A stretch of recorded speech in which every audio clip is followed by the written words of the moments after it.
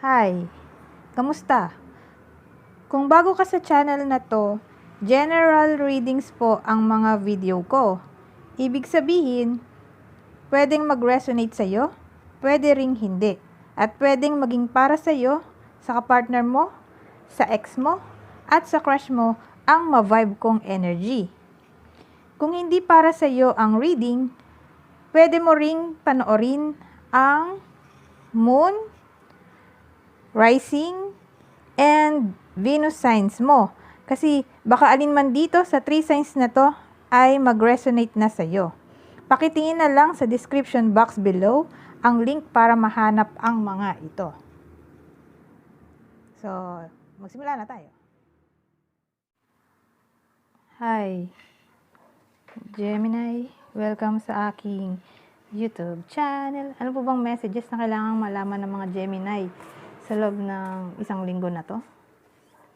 March 8 to 14. Mukhang dalawa to. Dalawa ba to? Hindi, isa lang. So ano to? When I accept the love of the universe as my primary teacher, I will always be guided back to the light. Ano ibig sabihin nito? Let go of control issue? Or siguro parang sinasabi nito na everything happens for a reason. Parang destined talagang mangyari yun. For you to learn. Ganyan-ganyan.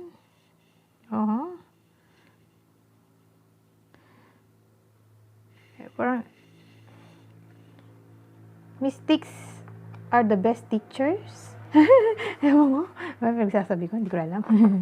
So, kuha tayo ng ibang card.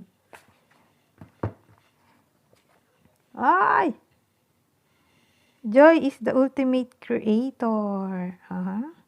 Parang sinasabi dito na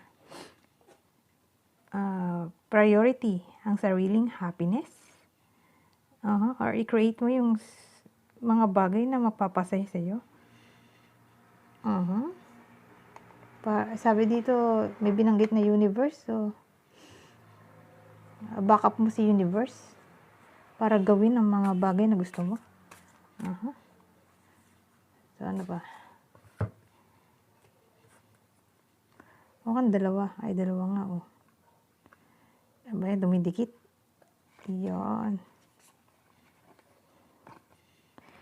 Ito.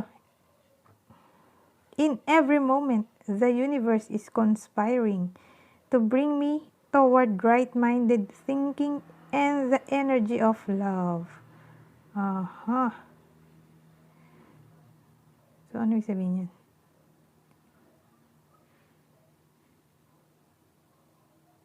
Bring me toward right-minded thinking and the energy of love.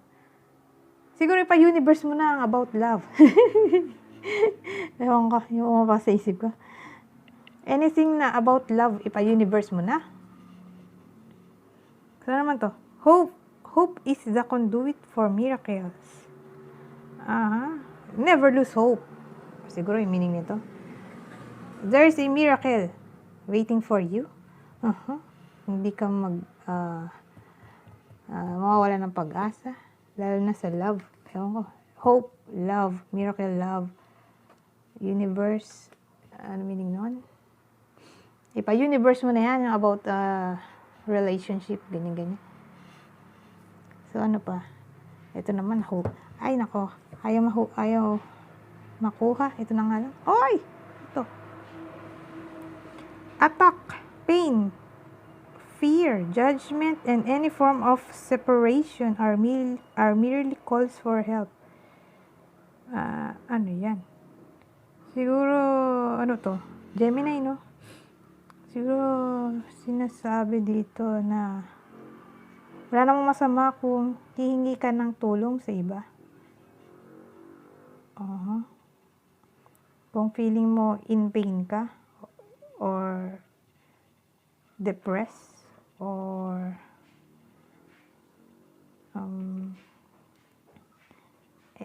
anything na bumabagabag sa'yo. Hindi masamang humingi ng tulong sa iba.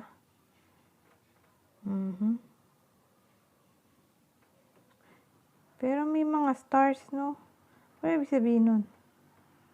Healing. Siguro may healing na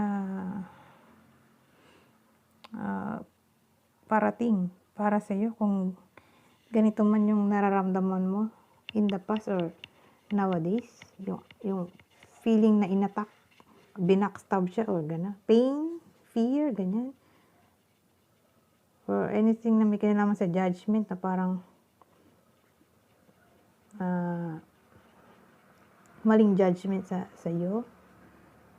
Or kung nasa separation stage, ganyan. Parang malungkot. Since violet kasi ito eh. Medyo malungkot yung kulay. So, yun. Kung tingin mo, hindi mo na kaya mga problema mo sa buhay, hindi masamang humingi ng tulong sa iba. Huwag mo ipa-universe yan tulad dito.